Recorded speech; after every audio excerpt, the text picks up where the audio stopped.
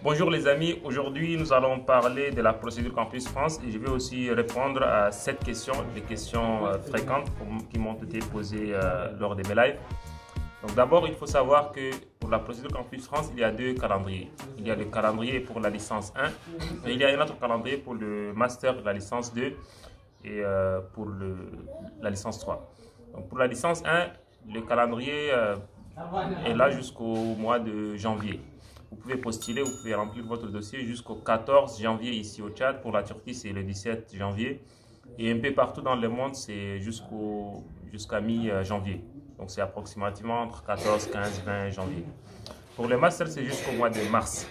Donc vous avez jusqu'au mois de mars pour postuler pour une formation en master. Et pour une licence, première année de licence, vous avez le temps de postuler jusqu'au mois de janvier. En ce qui concerne la procédure, il faut tout d'abord créer un compte sur la plateforme Campus France. Vous allez remplir le compte. Vous allez mettre vos informations personnelles, votre identité, vos diplômes, si vous avez un bac par exemple. Si vous postulez pour la première année de licence, vous devrez aussi déposer vos bulletins de la seconde, première et terminale. Si c'est pour un master, vous allez postuler vos relevés de notes de la première année, deuxième année et troisième année aussi, et éventuellement votre bac et votre licence. Là, c'est en ce qui concerne les documents demandés. Si vous êtes un francophone, si vous avez étudié en français, en général, on ne vous demande pas un document attestant que vous avez un bon niveau en français. Néanmoins, dans certains pays, notamment la Tunisie, je connais des amis qui ont fait la Tunisie et qui étaient contraints d'effectuer les tests de connaissances en français. Donc, ça pourrait être une condition. Il faudra vérifier avec l'espace Campus France de votre région. Pour les Tchad, il n'y a qu'un seul espace Campus France qui est disponible ici en Djamena. Pour Istanbul, pour la Turquie, il y a trois espaces Campus France. Il y a l'espace Campus France d'Izmir, celui d'Istanbul et un autre d'Ankara. Donc il faudra vérifier là où vous êtes rattaché. Donc en général, c'est la proximité géographique qui vous statue sur l'espace campus auquel vous serez rattaché. Là, c'est en ce qui concerne la procédure. Une fois que vous avez rempli votre compte Campus France, vous allez payer une somme. Si c'est au Tchad, la somme est de 50 000 francs CFA. Pour la Turquie, c'est 170 euros. Pour les autres pays, c'est aussi approximativement 50 000 francs CFA ou bien 75 000 ou bien 100 000. Je pense pour le Cameroun, c'est 75 000 francs CFA. Une fois que vous avez payé les frais de traitement des dossiers, vous allez passer ce qu'on appelle un entretien. Durant l'entretien, un conseiller de Campus France va évaluer votre projet. Il va aussi vérifier les documents que vous avez mis en ligne sur la plateforme. Il va vérifier avec les originaux, bien sûr. Il va vérifier la cohérence de vos démarches. Et en fonction de cela, il va vous évaluer. Il va mettre une note sur votre espace Campus France. Et après cela, les universités auront accès à votre dossier. Les universités par la suite pourraient vous répondre positivement ou bien négativement. Si vous avez une bonne réponse, une réponse positive, vous pouvez par la suite postuler pour le visa. Donc là, c'est en grosso modo la procédure Campus France. En ce qui concerne l'entretien, il y a pas mal de questions qui pourraient vous être posées. Par exemple, on vous demande de vous présenter, qu'est-ce que vous allez faire durant vos études. On pourrait aussi vous poser des questions sur votre projet personnel, professionnel aussi. On peut vous poser aussi des questions sur votre niveau d'anglais.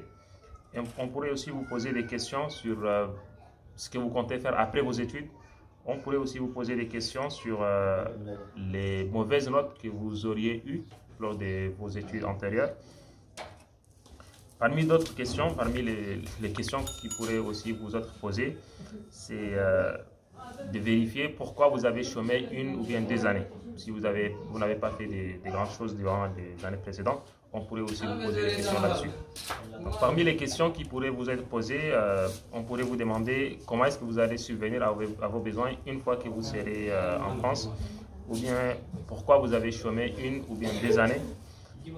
On pourrait aussi vous demander si vous avez eu des mauvaises notes. Je m'excuse, je suis un peu entouré, donc il y a beaucoup de bruit à côté. On pourrait aussi vous poser des questions. On pourrait aussi vous demander de poser des questions si vous en avez. Donc l'espace Campus France pourrait vous demander cela aussi. Donc là, c'est en ce qui concerne l'entretien. Il dure en général 20 minutes, mais ça pourrait aussi être juste 10 minutes.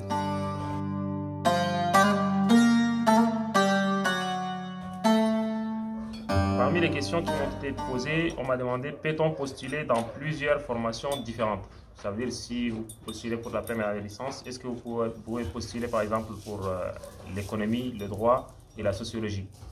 En fait, pour la licence, vous avez le choix de choisir jusqu'à 3 formations. Oui, vous pouvez le faire, seulement que le conseiller, lorsqu'il va évaluer votre dossier, il va remarquer qu'il y a une concurrence dans votre projet professionnel. Néanmoins, il y a un ami hier lors d'un live, il a indiqué qu'il a eu une admission, bien qu'il a choisi 3 formations différentes. En général, si quelqu'un veut postuler pour la première année de licence, vous postulez pour le droit par exemple dans 3 villes différentes. Mais en général, on ne postule pas pour le droit, l'économie et l'informatique en même temps, parce qu'il faudra être un peu objectif. Qu'est-ce que vous comptez faire dans le futur? La deuxième question qui m'a été posée la plus fréquemment, c'est quel est le coût de vie en France? J'ai réalisé une vidéo qui explique un peu le coût de vie en France, mais il faut savoir que c'est entre 350 et 700 euros. Là, c'est lorsque j'ai fait un sondage. La majorité m'a dit que c'est entre 350 euros et 700 euros. Si c'est 350, les 300 c'est dans les 200 000, donc c'est environ 250 000, entre 250 000 et 450 000, donc ça dépend de vos dépenses à vous. Parmi les questions qui m'ont été posées, peut-on postuler pour Campus France au Tchad en étant en Turquie?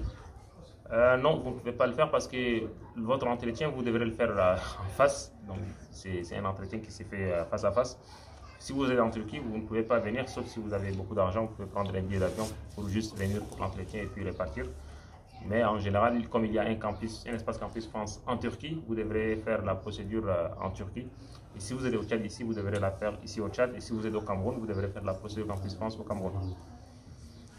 Comment peut-on justifier l'année en cours? En fait, si vous êtes actuellement inscrit dans une université, si vous faites la première année par exemple de droit, il vous suffit seulement d'indiquer ou bien de scanner votre attestation d'inscription. Si vous êtes dans un pays comme la Turquie ou bien la Russie, vous pouvez aussi dire que vous êtes en train de faire la langue russe ou bien la langue turque. Donc c'est aussi accepté, donc c'est un justificatif de votre occupation pour cette année-là, pour l'année en cours. Si vous êtes en terminale, vous postulez aussi, vous déposez aussi votre attestation d'inscription. Parmi les questions qui m'étaient parvenues, est-ce qu'on peut changer de filière une fois qu'on est en France? Ça veut dire, vous êtes ici au Tchad, vous avez postulé pour Campus France pour avoir l'admission en droit, mais vous voulez changer de filière une fois arrivé en France. Par exemple, vous voulez faire l'économie. Vous avez une admission en droit et une fois en France, vous allez faire l'économie. Sachez que ce n'est pas du tout évident.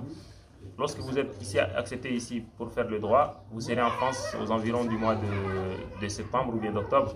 Et à ce moment-là, pratiquement toutes les admissions sont déjà closes. Ceux qui font l'économie, ils sont déjà connus. Vous n'êtes pas parmi eux, donc vous ne pouvez pas changer de filière comme ça.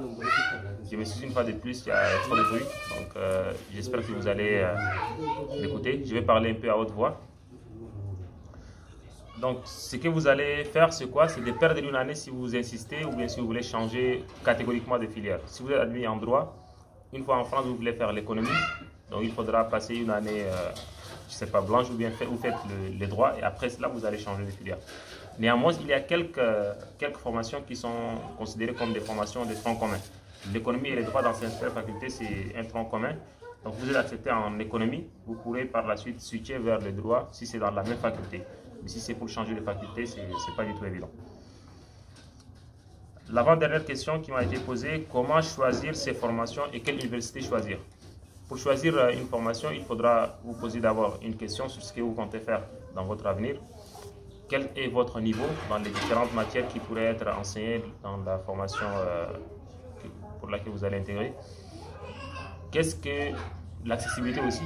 Par exemple, si vous faites, je sais pas, le bac A et vous voulez faire la médecine, c'est pas évident d'avoir accès directement à la médecine. Donc, il faudra vérifier l'accessibilité. Si vous avez un bac D et vous voulez faire, je sais pas, tout ce qui est nucléaire, peut-être que ça ne serait pas évident. Donc, il faudra vérifier aussi l'accessibilité. C'est en fonction de ça que vous allez choisir votre filière.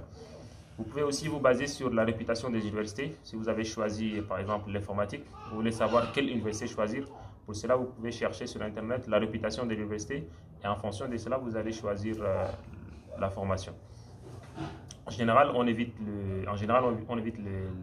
la capitale, on évite Paris Pour le reste, c'est pratiquement identique. Vous pouvez choisir Strasbourg, Lyon, Grenoble, Toulouse, Nice, ainsi de suite. On m'a aussi souvent demandé quelles sont les universités pour lesquelles on a plus de chances d'être accepté. Il n'y a pas une université, à ma connaissance, qui est souple dans l'acceptation des dossiers. Mais si vous pouvez éviter Paris, c'est intéressant parce qu'il y a beaucoup de personnes qui cherchent Paris. Donc si vous pourriez éviter cela, ça va être génial. Cherchez les petits coins, les petites villes. Valence, je sais pas, Dijon, Grenoble, Nice, ainsi de suite. Je pense que vous aurez plus de chances d'être accepté dans ces villes que si vous cherchez par exemple l'université Sorbonne ou bien Paris-Saclay, ainsi de suite. Mais sachez que vous pouvez être accepté à Paris-Saclay et dans n'importe quelle université dès que vous avez le niveau requis. Voilà, j'espère que j'ai répondu à vos questions. J'espère que j'ai bien présenté la procédure Campus France. N'hésitez pas, si vous avez des questions, à me les poser dans les commentaires.